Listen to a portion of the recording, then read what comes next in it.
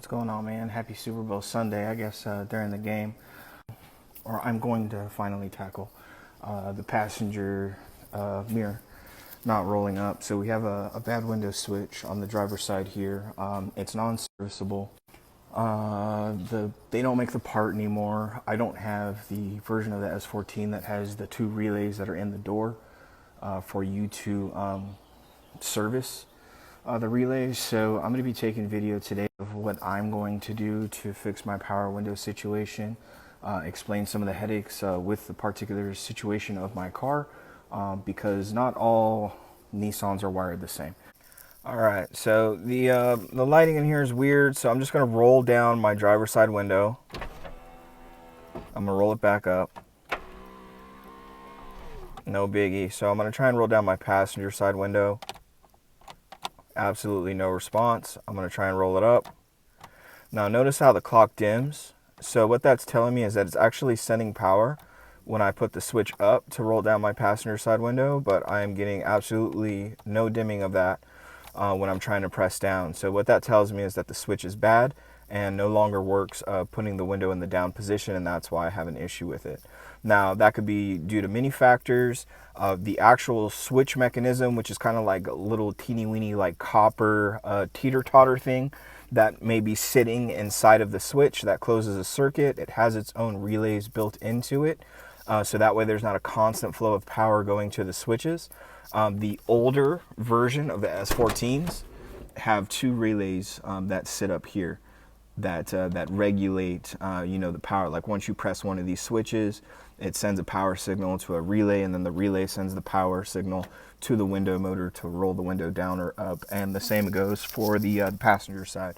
So on the passenger side of the car, just to give you an example, I have no power when pressing up on the switch or pressing down. Very similar if I'm looking at the clock here. I'm getting that dimness when I do power up, but nothing on power down. And I bet if I take the actual switch apart itself and just switch around the wiring, I will be able to roll the window down, but I will no longer be able to roll it up. So what I'm going to do is I'm going to replace the window switch completely with these aftermarket 3D printed door sills here that have aftermarket power window switches. Anyone else's door speakers just sitting here with the help of Jesus? I'm going to cut these out while I'm here. I got like this whole box flopping around in here. The wire's all rusted. Yeah, gotta go. I don't even use the radio in this car. It's just for looks. All right, guys. So there's multiple ways to test like what wires are what. Like obviously you'll have your FSM. Right here, this is a white and black wire, and I believe this is our main power wire over here.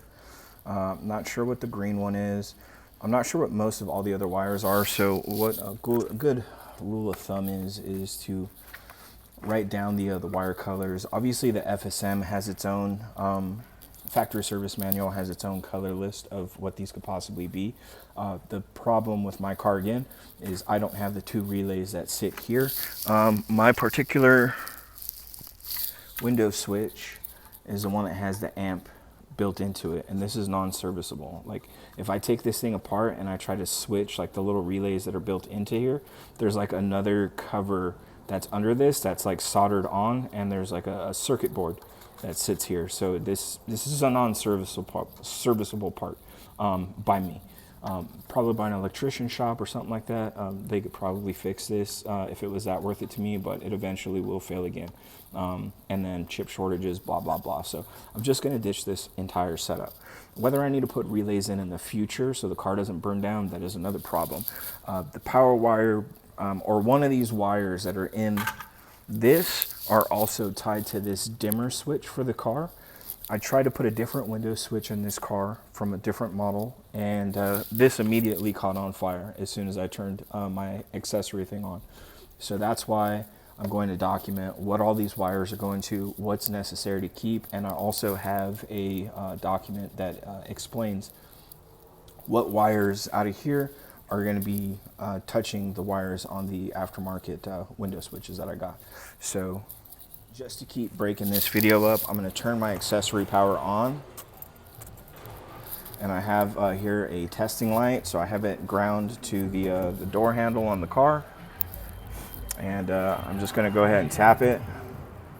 So we have 12 volts going here. It is the black or the white black cable here. So there is a way to test your window or your wiring in the car to make sure that's all working. And it's by jumping this with another one of these switches in here. Nothing else in here is giving me 12 volts or any volt readings at all. So this is the only power coming into that switch.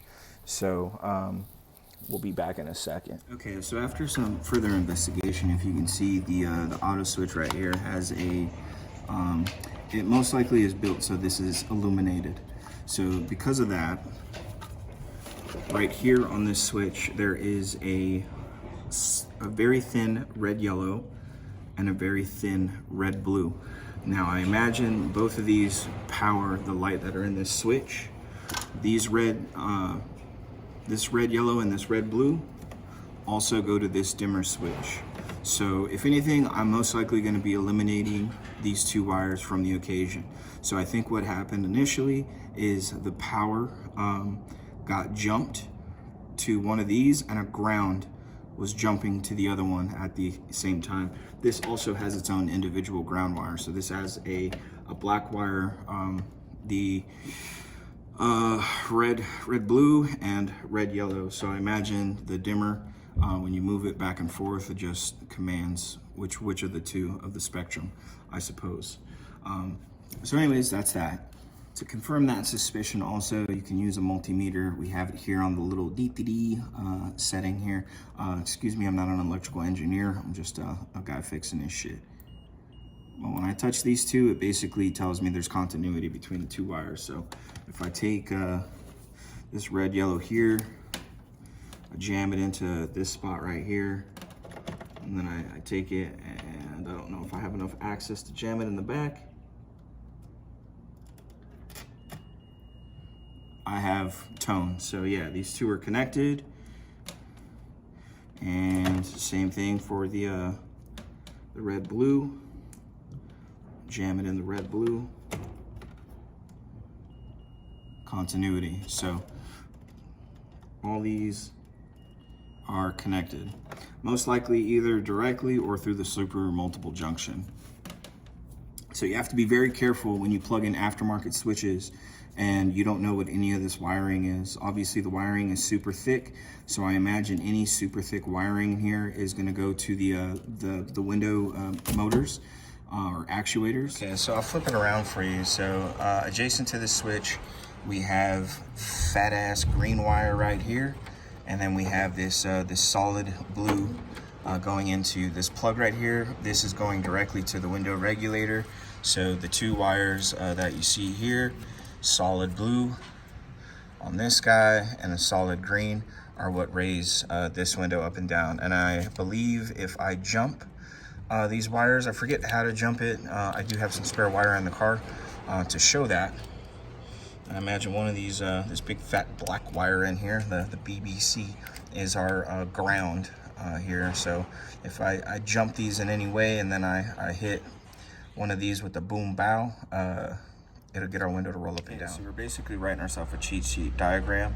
I went ahead and I drew a little picture of our switch right here. So our driver switch, we have red, yellow. L in the FSM, I believe, is blue. Otherwise, they use some other designation. But for this demonstration, L is blue. So red, yellow, red, blue, red, white, red, black, black, solid blue, green, white, black. So this most likely is our ground right here, or this is our ground. We're going to take the multimeter and test to determine what these are, and then we're going to write out another diagram to show what these go to. But I'm sure if I look at the other switch that's over here, then I'll be able to determine what wires are what. I don't believe that side had a light in it, so I'm not sure why that has so many wires, but we'll figure it out. All right, there's multiple different ways basically to manually trigger your windows to test them out, just to ensure that you have a faulty switch. So in this particular case, you can either use some wires, a paperclip trick. What I have in this particular case is a spare power cable that I had for something. So I just cut off the ends. As you can see, has a wire inside, wire outside. So this is the white wire, this is the black wire. So one of these I'm gonna use as a ground, and one of these I'm gonna use to bridge power. And then basically we're gonna try and trigger the windows manually. So I'm gonna take my multimeter here, I'm gonna switch it back to tone mode. And I'm gonna check to see what my ground is. So normally I have little clips for these, but I don't know what I did with it. So I'll just put it there, should be good enough.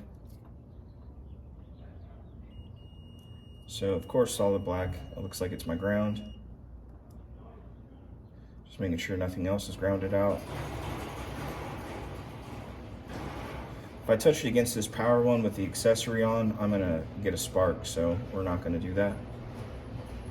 But that's that, so solid black is my ground. All right, actually, I'm gonna make my test wires a little bit smaller. So I wanna just be able to, what I'm gonna do is I'm gonna take one of these, I'm gonna put it in the ground, and then I'm gonna put it in one of the adjacent switches, so it would just be like I'm testing this directly. So I'm gonna put ground on one end, and then I'm gonna put the other in my power, and then touch the adjacent wire. I should get the window to roll down. And then when I reverse them, when I do a reversal Rooney, the window should roll back up. So I'm gonna test that for the driver's side and the passenger side. Oh, I didn't even know I was recording. So I went ahead and I plugged in the switch on the passenger side door. It's probably a reason why it's not working. So again, we're gonna hit our ground here. Actually, let me put the small side in.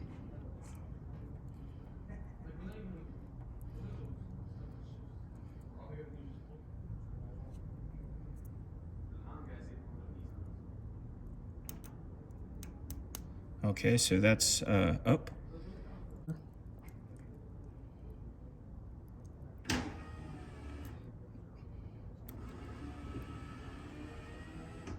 And my passenger side window is down. So yeah, we're gonna cut this all out, and I'm just gonna go ahead and wire in the switches. I know what all the cables are, so I'm gonna start getting the chopping. All right, so we got our connector snipped here. And then we have a wiring diagram that we wrote out. And then there is a wiring diagram for the new switches. So we're just going to skim these really quick, figure out where all the new wires go, and then we're going to either crimp or solder them. Got the car on, got the things wired up.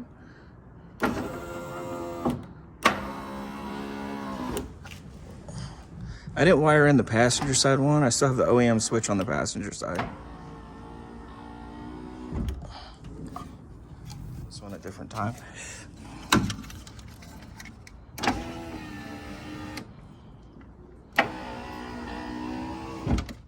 That's pretty much all there is to it. Thank you for watching the video. I hope you found it informative.